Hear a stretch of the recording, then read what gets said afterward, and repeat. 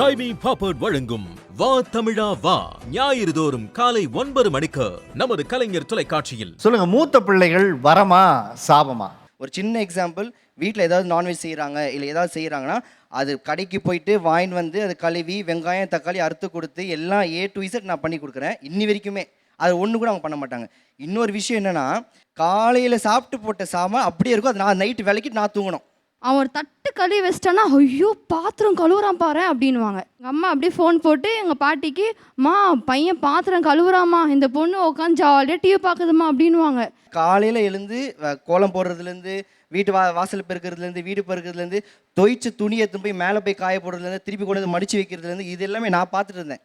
இப்போ இதெல்லாம் எனக்கு சொல்லி கொடுத்த வளர்த்த பேரண்ட்ஸ் ரெண்டாவது வர பிள்ளைங்களுக்கு இதே சொல்ல மாட்டேன்றாங்க. இது எப்படி ஆரம்பிச்சதுன்னா, வேம்னிட்டி ஏதாவது ஒரு கெஸ்ட்டு வராங்கன்னா அவங்களை இம்ப்ரெஸ் பண்ணுறதுக்காக, அது என்னன்னே தெரியல, ஃபஸ்ட்டு போய் இவர் தான் வந்து தண்ணி கொடுப்பாரு. அவங்க என்ன நினைப்பாங்க, இன்னும் ஒரு பொம்பளை பொண்ணு கொடுக்காம ஆம்பளை பையன் வந்து கொடுக்குறான். அப்போ அந்த இடத்துல என்ன தான் இமேஜ் ஸ்பாயில். நான் கொடுக்கறது முன்னாடி இன்னொரு என்னடா உனக்கு என்ன பொண்ணாடா தர போகிறாங்க, என்னடா பண்ணுற நீ, கம்முனரு. அப்புறமா தான் தெரியுது, அவங்க வந்து சொல்லிட்டு போவாங்க, பையன் ரொம்ப நல்ல பையனாக இருக்கானே அப்படின்னு. எனக்கு அப்படியே இம்ப்ரெஸ் பண்ணுறதுக்காக கொஞ்சம் அப்போ வேம்னிட்டி அவங்க முன்னாடி வந்து வெசல் ஏதாவது இருந்ததுன்னா பாத்திரம் வலிக்கிட்டே, அதை வந்துட்டாத்த அதை வந்துட்டாத்த இன்னப்பா பாத்திரம் கழுவுறியாப்பா, ஆமா அத்தை.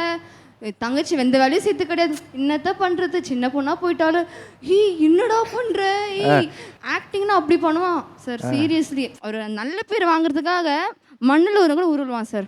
மூத்த பிள்ளைங்களா இருந்து என்னெல்லாம் தியாகம் பண்ணுறீங்க? காலேஜ் முடிச்சுட்டு காலேஜ் பிளேஸ்மெண்ட்ஸில் வேலைக்கு போக ஆரம்பிச்சிட்டேன். அந்த டைமில் பார்த்தீங்கன்னா எங்களோட ஃபேமிலியில் ரொம்ப ஒரு க்ரூஷியலான டைம்.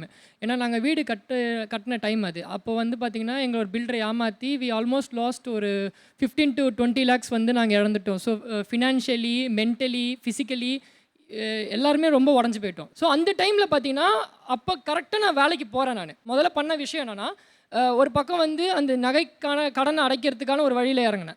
இன்னொரு பக்கம் வந்து வீட்டுக்கு தேவையான பொருட்களை ஒன்று ஒன்றா வாங்க ஆரம்பித்தேன். ஸோ அப்படி பார்க்கும்போது என்னோடய சம்பளன்றது என்ன தாண்டி என்னோடய ஃபேமிலிக்கு அப்போ ஒரு சப்போர்ட்டிவாக இருந்துச்சு. ஸோ அந்த மாதிரி ஒரு சுச்சுவேஷனில் இப்போ என் தங்கச்சி வந்துட்டு நான் ஃப்ரெண்ட்ஸோடு வந்து கோவா போகணும் அப்படின்ட்டு சொல்லி வந்து நிற்கிறா. ஸோ நானும் கோவா போனேன், இல்லைன்னு சொல்லலை. நான் காலேஜ் டேஸில் போகும்போது சுச்சுவேஷன் கொஞ்சம் வேறு. 5 நாளைக்கு எங்களுக்கு மொத்தமாக ஆன செலவு ஒருத்தருக்கு 10,000 ரூபா தாண்டலை. ஆனால் இந்த அம்மா வந்து ஃப்ளைட்டில் தான் போனாங்க, ஃப்ளைட்டில் தான் வந்தாங்க. நான் இப்போ வந்து பெங்களூரில் படிக்கிறேன். ஸோ அங்கேருந்து நான் வந்து ஸ்லீப்பர் ட்ரெயினில் போகிறேன்னு சொன்னது என்ன சொன்னேன், ஐயோ ஆம்பளை பசங்களாக இருப்பாங்க, சேஃப்டியாக இருக்காதுன்னு சொன்னதே எங்கள் அண்ணன் தான். இப்போ கூட நாளைக்கு காலையில் எனக்கு வந்து பிளேஸ்மெண்ட் இன்டர்வியூ இருக்குது, நைட்டு பஸ் புக் பண்ணிடா அப்படின்னு சொன்னதுக்கு, அண்ணன் இருக்கமா ஃப்ளைட்டில் போடுறமா அப்படின்னா, அதாவது அண்ணன் இருக்கமான்னு வந்து கார்டையும் கையில் கொடுக்குறது, வெளில போய் நான் தான் கார்டே கொடுத்தேன், இது கூட தெரியாது அந்த பொண்ணு, எல்லாமே நான் தான் பண்ணேன். அதாவது அவரை பொறுத்த வரைக்கும் நான் அவனோட காசை தான் வாழ்கிற மாதிரியே பேசுகிறான். இப்போ வந்து வீடு வந்து கட்டும்போது அவன் ஹெல்ப் பண்ணான்னு சொன்னான் இல்லைங்களா சார், ரொம்பவே ஹெல்ப்ஃபுல்லாக இருந்தது அந்த டைமில் எங்களுக்கு கண்டிப்பாக. ஏன்னா அப்பாவோட சேலரி வந்து ஒரு பக்கம் இஎம்ஐக்கு போச்சுன்னா இவன் ஒரு பக்கம் பொருள் வாங்கினா ரொம்பவே கடவுள் புண்ணியத்தில் அது கரெக்டாக இருந்தது. பட் அவன் மட்டும்தான் வந்து வீட்டுக்கு கான்ட்ரிபியூட் பண்ணான்ற மாதிரி ஒரு ஸ்டோரி இப்போ சொன்னா இல்லைங்களா, அங்கே தான் பிரச்சனையே. இப்போ நான் வந்து 7th-லேருந்து 12th வரைக்கும் மீடியாவில் வந்து நிறைய ஷோஸ்லாம் பர்ஃபார்ம் பண்ணிட்டு இருந்தேன். பட் அதில் வந்து இன்கம் எல்லாமே நான் வந்து ஒரு பைசா அதில் எதுவுமே கேட்காம அம்மா அப்பாட்ட தான் கொடுத்தேன்.